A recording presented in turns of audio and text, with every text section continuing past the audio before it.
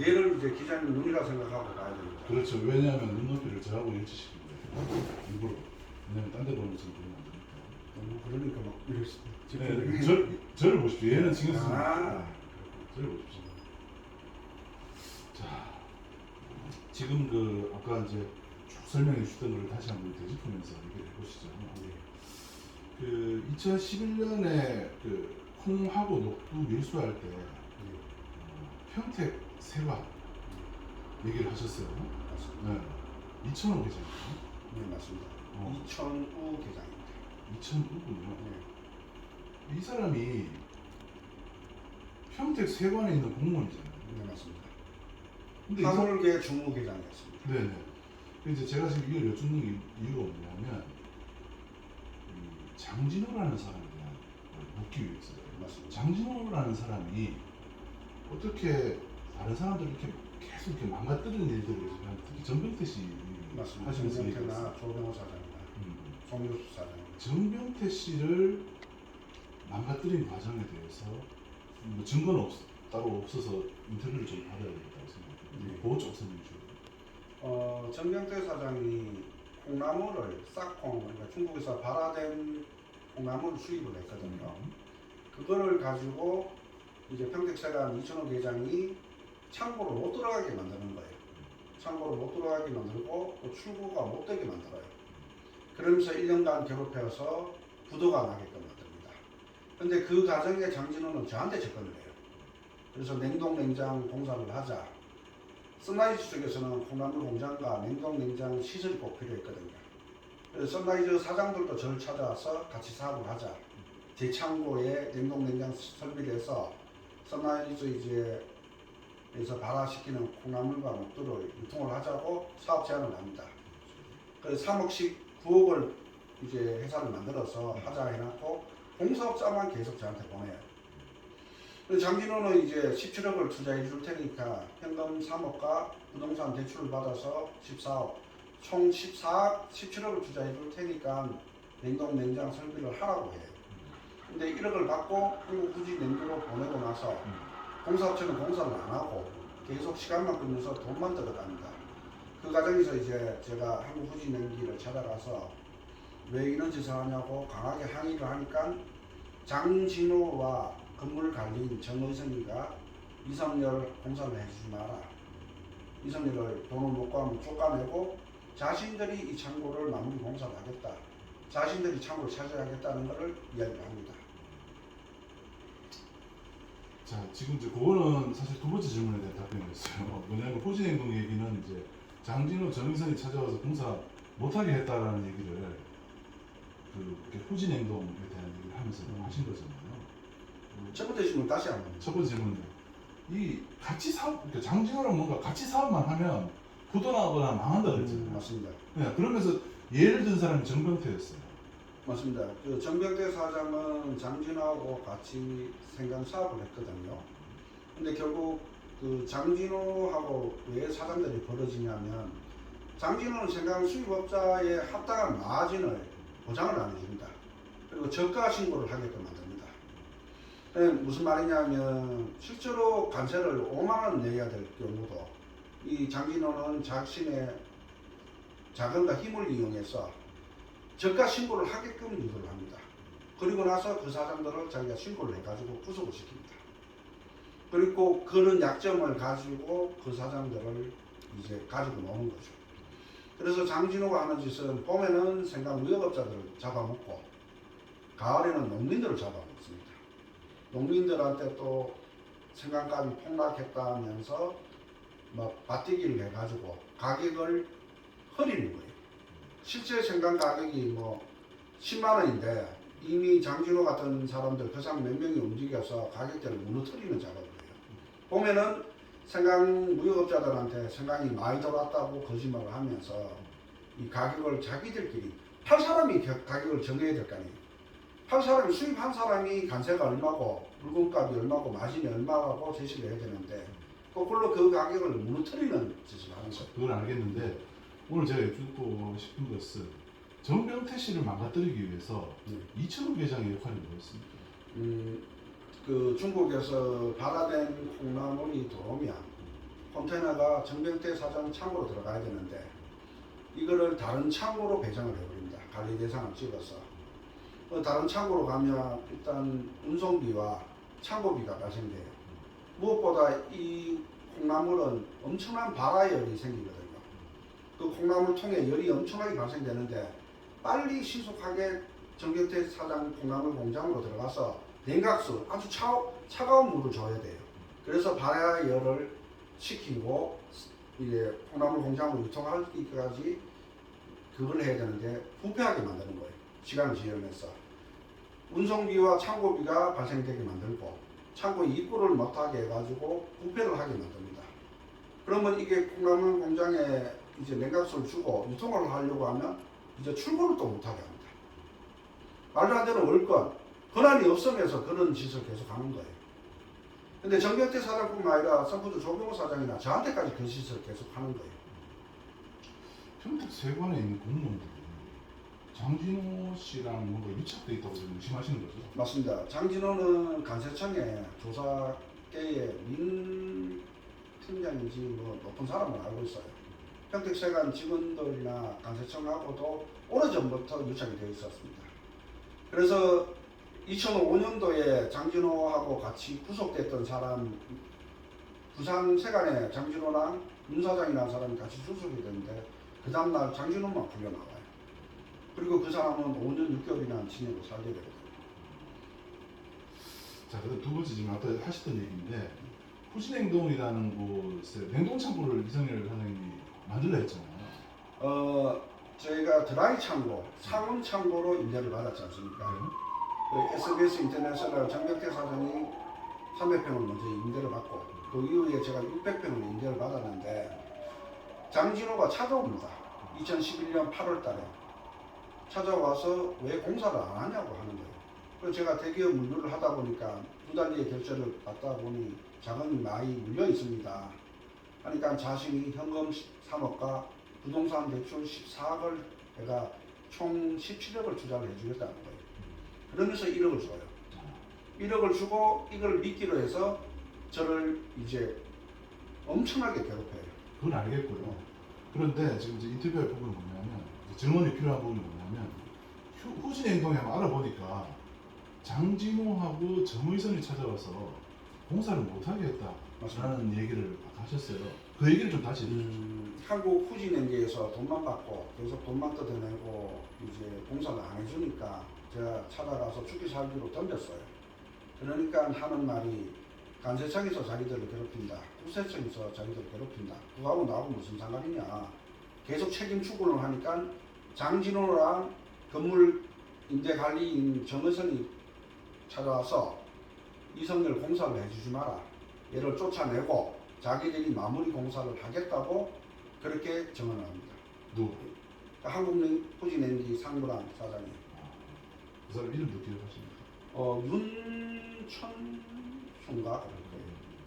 의정부에 있는 한국후진행기라고 꽤 큰 업체입니다. 지금도 있고요.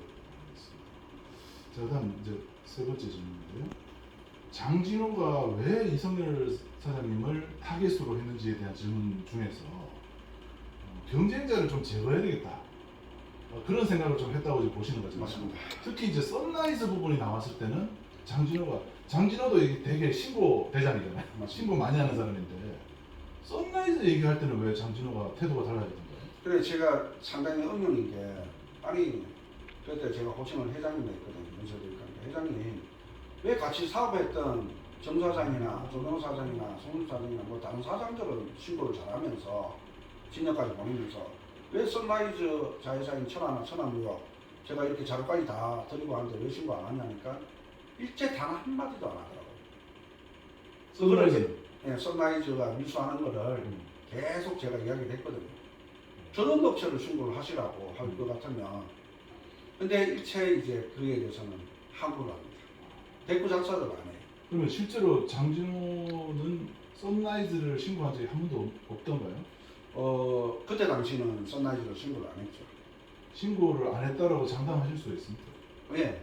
그거는 아예 뭐 입도 안 띄고 있으니까 심지어 자기하고 같이 사업하다 구속돼 있는 사람이 출소를 하니까 그 사람들한테 1억 가까운 냉동 탑재를 사주면서 선라이즈 그 배달하는 일을 시켰거든요. 그러니까 지금 의심하시는 거는 장진호 씨가 혹시 선라이즈 사람이 아닌가? 그렇죠. 적어도 그 시점에는 제가 지금 보기에는 선라이즈도 검사백으로 하고 있었고 장진호도 검사 사이 믿고 까부는 사람이잖아요. 그러니까 뭐 알아보니까 서로 검사들이 뒤를 봐주고 있으니까 뭐 서로 안 건들고 그러고 있었는 건지 안 그러면 이걸 먹으려고 일단 제 창고부터 차지하고 선라이즈를 먹으려고 저를 통해서 계속 선라이즈에 대한 비리나 자료를 보고를 받고 사람까지 신고를 시켰다고 생각하고 있거든요. 이성열 사장님은 평택항에 이제 화물을 유치하는 일들을 했었던 사람인데 주로 했던 업무가 사실은 공익신고에 가까운 그 밀수꾼들 신고하는 역할을 했죠. 보수창고 사정은 기본적으로 밀수꾼을 신고하게 되어 있습니다. 신고 의무가 있나요? 네, 있습니다. 근데 특히 저희 창고는 관리대상 창고예요. 평택 세관 지정 관리대상 창고는 세관에서 의심스러운 엑스레이를 찍거나 관리대상 찍히는 창고를 그 컨테이너 밀수가 음식되는 컨테이너를 저희 창고에서 개장하고 검사하는 역할을 해요. 그때 이제 세관과 식물검사 시각적인 직원들이 입회를 하고요. 실제로 평택항에서 그 일을 할 수 있었다는 것은 평택 항만물류와 슈퍼마린 종합물류 두 군데밖에 없었어요. 그러면 장진호는 그 신고 의무가 있는 사람은 아니었네요. 아니죠. 근데 장진호는 그냥 업자일 뿐이죠. 업자였는데 신고를 주로 자주 했던 사람이거든요. 그렇죠. 왜냐하면 자기가 물건을 받아가 팔잖아요. 그러면 자기의 이윤을 극대화하기 위해서 그 자기한테 거래를 하는 업체 빼고는 다 신고를 하고 다녔어요. 근데 천하무역이나 천하나 선라이즈는 신고를 안 하더라는 거예요. 자, 그 선라이즈에서 좀 여쭤볼게요. 선라이즈가 이 사실은 이제 관세 포탈이나 이런 업무 이런 일들을 많이 저질렀다면서요. 맞습니다. 네. 근데 이제 그런 것들을 계속 신고를 하셨고 선라이즈도 네. 신고를 하신 거잖아요. 예. 신고를 하다 보니까 선라이즈에서는 분명히 이성민 사장님 싫어했을 거고 처음에는 같이 사업하자고 계속 계획을 했어요. 회의하다가 안 되니까 네, 이제 맞습니다. 적으로 돌린 거잖아요. 그러다가 나중에 이제 2020년, 2021년에 관세청 상습 고액 체납자 명단에도 선라이즈가 들어가게 되죠. 맞습니다. 그걸 어떻게 했고 그렇게까지 이루어내기 위해서 우리 뭐 열린공감이나 뭐 시민들에 대한 얘기밖에 좀 하셔서 그 부분 좀 얘기해 주시죠. 제가 2020년 8월달에 열린공감에 출연을 해서 그때에도 뭐 두서없이 그냥 말씀을 드렸어요. 근데 이제 소송이 2년이나 하면서 이런 소송 과정에서 장진호가 했는 짓을 법정 정은, 정인들에 의한 법정 정은과 소송 기록을 제가 아직도 볼 수 없는데 시민분들이 봐주시고 그래서 이제 이것들을 이렇게 기자님 만나가지고 이렇게 말씀드리고 증거를 드릴 수 있는 상태가 되는 거예요. 그때 당시 열린공감에서 방송을 안 해주셨으면 저는 벌써 후속됐습니다. 그래서 시민분들께서 변호사비 모금을 해주시고 변호사비 모금으로 변호사를 선임을 할 수 있었고 무엇보다 2년 동안 제가 서울에서 경비가 많이 드는데 재무회분들이 이 비용들을 다 대주고 빌려줬어요. 그래서 오늘까지 올 수가 있었는 거예요. 2년의 성과로 이 선라이즈가 고액 체납자 명단에 다 드러나고 이제 작년 같은 경우는 확실하게 제대로 된 처벌을 받았죠. 그것도 엄청나게 함축되어 있는 거예요. 왜냐하면 관세 포탈이거든요. 관세 포탈과 밀수 세금 탈루예요. 제명은.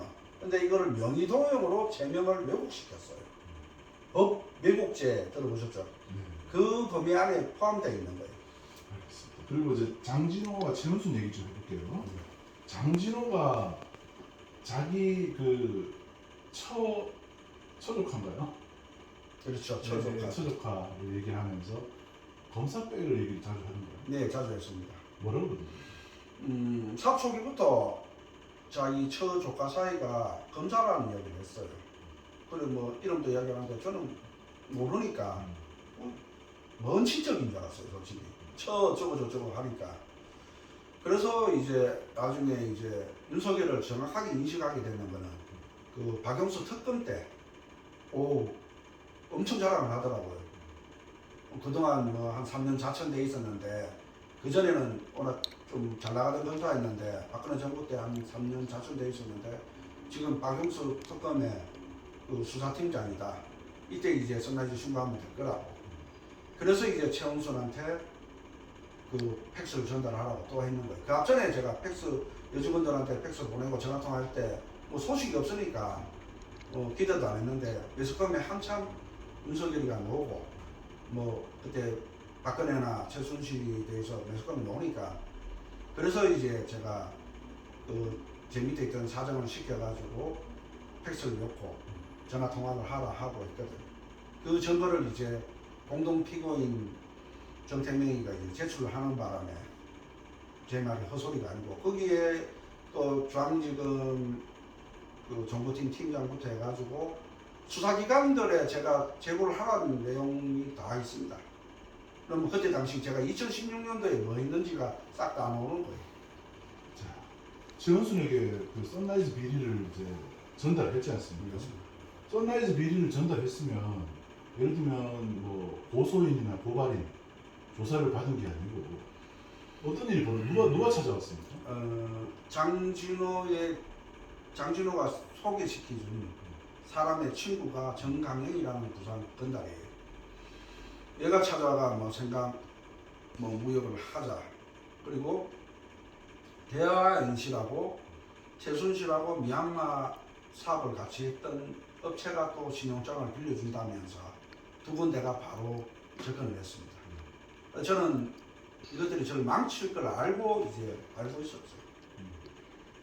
그때 어떤 느낌이 드십니까? 최은순과 선라이즈가 한패일 수도 있다는 생각을 했었습니까? 네. 왜냐하면 국정감사 때 그렇게 신고를 했는데 오히려 생각무역을 하자고 덤비니까요. 장진호 그 부하들이. 그게 어떤 의미였어요? 저는 이미 몸이 아파가지고 2014, 15, 16월 3년을 부산 제주도에 살았어요. 근데 제가 2016년 12월 5일날 단세청, 식물음료수, 식약청, 평택시에 선라이즈와 이제 최순실이 연관되어 있다. 그리고 청와대 공직기관 비서관도 연루됐고 경찰청장과 검찰청장 싹 다 연루가 되어 있다고 신고를 하고 윤석열 쪽이 이제 그러니까 장진호 쪽이 어떻게 연루가 되어 있는가를 제가 보려고 했어요. 그리고 수사기관마다 절대 윤석열을 언급을 하지 말라 하더라고요. 그래서 저도 신기한 거예요. 어디 가셔가 윤석열은 절대 언급하시면 안 된다고. 그럼 사장님 정말 위험해질 수 있다고. 누가 그런 얘기예요? 서울지방경찰청도 그렇고 몇몇 군데에서 그렇게 이야기가 나왔습니다. 검찰에서도 그런 얘기예요? 네, 경찰에서도 경찰에서도. 그래서 제가 처음에는 윤석열을 언급을 안 했습니다. 그리고 혹시라도 최은순이가 저한테 팩스 전화 통화했는 거를 못 받았다 해버리면 끝이니까 그래서 윤석열이가 중앙지검장일 때 제가 윤석열 검찰총장님하고 신고를 합니다. 그 상세한 내용으로 박영선 의원이 제기했던 내용으로 법무부 장관실에도 합니다. 법무부 장관실에서는 제2차장 검사인 박선호한테 이 사건을 내립니다. 그래서 중앙지검 시절에 나름대로 근거를 만들어놔요. 제가 윤석열한테 신고하는. 그리고 검찰총장일 때도 제가 근거를 만들어놔요. 근데 2019년, 20년에 지금 제가 재판받고 있는 이 사건들이 기소를 당했는데 신봉수 지검장, 박찬호 지검장이고 무엇보다 저나 제 동생이 억울하게 이제 사고 피해를 당했는 사건을 재심을 하려고 평택에 이제 신청을 했을 때 신봉수 지청장이 왔어요. 그때 이제 윤석열하고 중앙지검에 같이 근무했던 2차장 검사거든요. 박찬호 다음으로 차장 검사를 맡았던 사람이 평택 지청장으로 와서 이 동생이 억울하게 구속되고 억울하게 제가 재판받은 사건을 이제 연남동사 신청을 해요. 제 건은 몇 년을 시간을 끌다가 폐기됐다고 아예 안 줘요. 그리고 동생 건은 마지못해 주는데 끝까지 안 주는 서류가 있었어요. 그 검찰에서 안 주니까 소송을 통해서 법원을 통해서 판사가 이제 주라고 명령을 내려요. 근데도 끝까지 안 주는 서류가 윤석열 초고무부 장진호, 김혜석 그리고 그 딸 장성경이 투자했다는 투자약정서예요. 생강을 사는 사고 팔았는 대금인데 이거를 가지고 창고를 인수하기 위해서 투자했다는 약정서를 만듭니다. 이 약정서는 제 땅을 뺏드는데도 또 사용을 해요. 그러니까 창고와 땅을 노렸던 사람들이 이제 장진호와 김혜섭이라는 불축 증거가 되죠. 자, 그리고 또 부추연 얘기도 하셨어요. 맞습니다. 부추연 이제 신고 얘기하면서 뭔가 아까 이런 말씀하셨잖아요. 내가 뭔가를 시도를 했는데 낚시를 시도를 했는데 최순실 등이 그걸 물었다 이런 얘기를 하셨는데 이건 무슨 얘기예요? 제가 농심 자회사들 태경농산, 우유수산, 태양물산이 갑자기 저희 회사를 찾아와서 거래를 하자고 할 때 의심을 했어요. 왜냐하면 농심 같은 경우 유치하기가 힘듭니다. 그리고 모든 대기업이 적어도 제가 평택항에 대기업 유치를 하던 사람이잖아요. 제가 100번 찾아가야 돼요. 엄청난 비용을 쓰면서 겨우겨우 평택항으로 유치를 하거든요. 근데 스스로 찾아왔어요. 제가 어린 나이에 사업하면서 깨달았는 거는 찾아오는 사람들은 목적이 있어요. 제가 돈을 벌려면 제가 찾아가야 돼요. 찾아오는 사람들은 반드시 목적이 있고 그 목적들이 별로 좋은 경우는 못 봤어요. 특히 대기업들은. 근데 2011년 여름엔 장진호가 접근했고 2012년 여름에는 농심과 농심 자회사들이 접근을 합니다. 그리고 바로 2012년 겨울부터 저한테 사기를 4번을 크게 쳐요. 치는데 이제 제가 2015년 3월 27일 날 부추연이라고 박근혜 강패민 이 사람이 운영하는 거기에다가 신고를 합니다. 신고를 했는데 그 신고하자마자 다른 사장들한테 바로 전화가 옵니다. 그러니까 제가 신고했다는 게 노출이 됐죠. 그래서 그날 저녁에 아버지하고 같이 국세청에 신고를 합니다.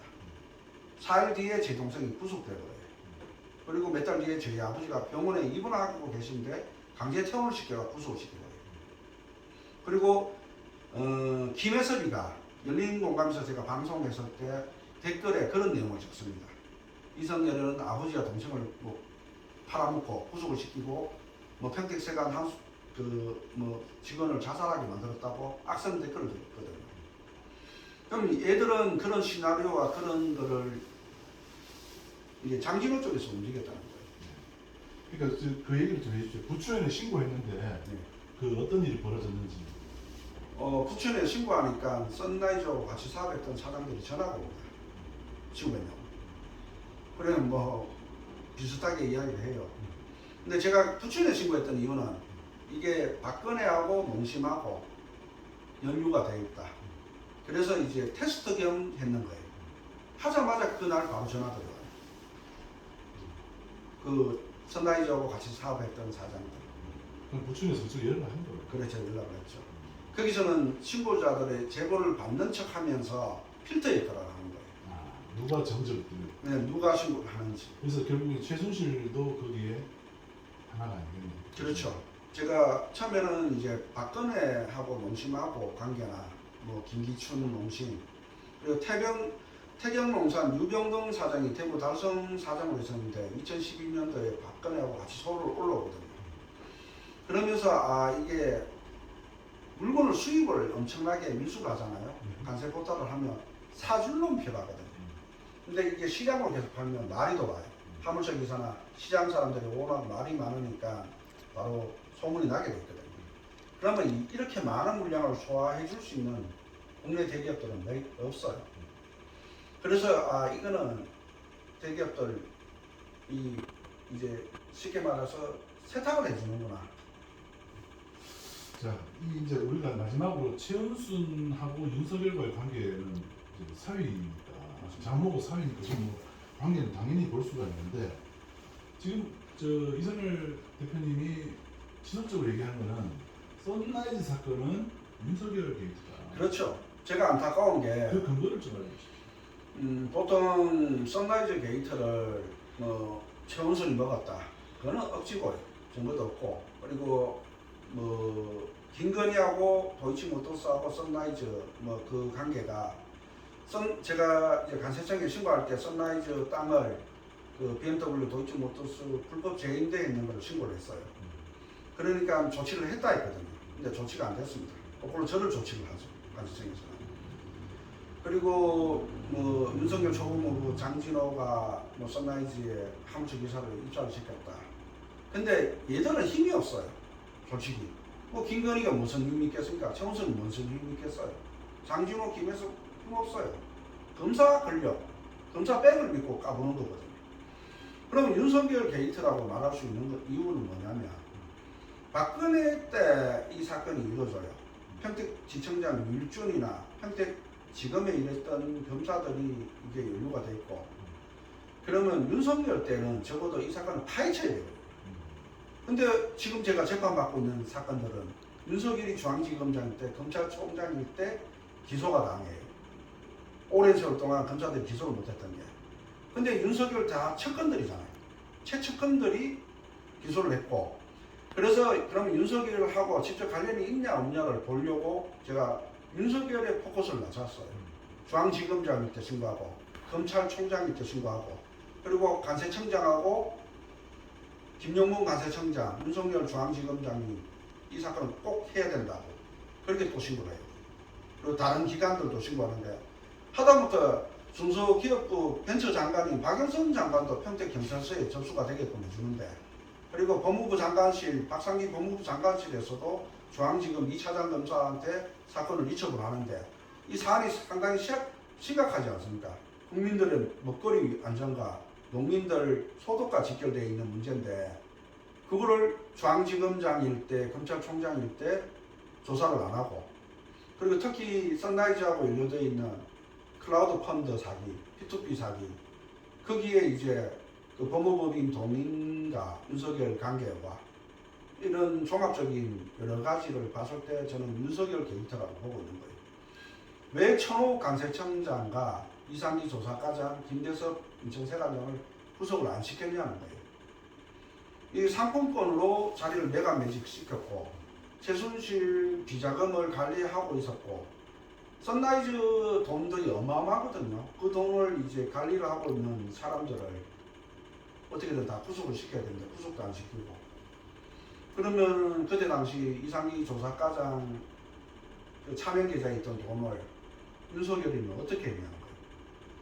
박영수 특검은 그 돈에 대해서 이야기를 해야 된다고 보거든요. 그리고 뭐 윤석열한테 암만 신고해도 뭐 반응이 없었다. 이거 갖고는 힘들지 않습니까? 그럼 최측근 검사들이 왜 신고자를 이렇게 만드냐고. 특히 생강 사건은 윤석열 초고모부 장진호가 만든 사건인데, 그거를 윤석열 최측근 검사장이 와서 기소를 하고 표적 수사를 했다는 거예요. 그래 고발사주, 고소사주를 저는 윤석열이가 했다고 보고 있거든요. 그 힘을 가질 수 있는 사람은 윤석열밖에 없어요. 윤석열이 이성열 대표님을 미워할 이유가 있습니까? 선라이즈를 먹기 위해서 그런 것 같거든요. 처음에는 이제 제 자산을 다 뺏었지 않습니까? 장진호라는 사람이 제 창고를, 제 동생을 구속시켜놓고 창고를 먹으려고 덤볐고, 제 땅을 먹으려고 덤볐고, 그리고 창고를 가로채기 위해서 이중 계약도 하고 공사 사기도 쳐고, 그리고 마지막에 그래도 제가 구속이 안 되니까 2017년도에는 생강 일수권을 만들어요. 그 만든 거를 저도 기소중지가 떨어진 줄 몰랐는데 장진호는 기소중지 어떻게 풀었냐고 저한테 이야기를 하고 있어요. 그리고 이제 2019년, 20년에 제가 기소들이 되고 지금까지 재판을 하고 있거든요. 그러면 윤석열은 일단 자기 처고부의 범죄, 저한테 했던 범죄들을 덮기 위해서 구속을 시도를 하고, 그 이후에 선라이즈에 어떤 식으로든 연루가 되어 있으니까 또 선라이즈 비리를 덮기 위해서 이걸 했다고 보고 있거든요. 내일 선고가 어떻게든지 뭐 유죄 아닌 무죄 나겠죠. 만약에 그 유죄를 갔을 그 가정을 했을 때 하고 좀 어떤 심정인지를 미리 좀 말씀해 주시고요. 유죄가 나면 확실히 윤석열이가 힘을 쓰는 거예요. 무죄가 나야 되는 사건이고, 설령 무죄가 나더라도 아마 검사는 항소를 할 거예요. 그래서 저는 오히려 낫습니다. 오히려 지금 어차피 농심에서 만든 사건이 수원에서 항소심을 해요. 근데 거기 주범들과 이 생강권의 주범들이 같은 놈들이에요. 그 법정 진술들이 합치고 증거들이 합쳐지면 이 사건을 미리 조작해서 만들었다는 거를 법관들은 다 인식을 할 수 있어요. 그래서 뭐 이 문제를 떠나가지고 저는 이거를 반드시 밝혀내야 된다고 보거든요. 그냥 힘없고 백 없는 놈이 사업하다가 까불다가 작업당한 게 아니라 적어도 저는 명분이 있었어요. 국민들 먹거리 장난치지 마라. 그리고 농민들 소득 갖고 장난치지 마라. 제가 그 큰 유혹을, 큰 돈을 벌 수 있는데도 안 했던 이유는 이거는 들키면 국민들한테 돌 맞아 죽는 사안이다. 어떻게 먹는 걸로 장난을 치냐. 이건 어떤 권력이라도 무너질 수밖에 없다고 봤거든요. 어떤 백을 가지고 있더라도 반드시 구속당하고 그 권력자들도 다 무너진다고 봤거든요. 그래서 윤석열은 이 문제에 대해서 자기 처고모부 일단 이 사건과 결코 무관한 사람은 아니다. 맞습니다. 그런 걸 확신하고 있습니다. 네.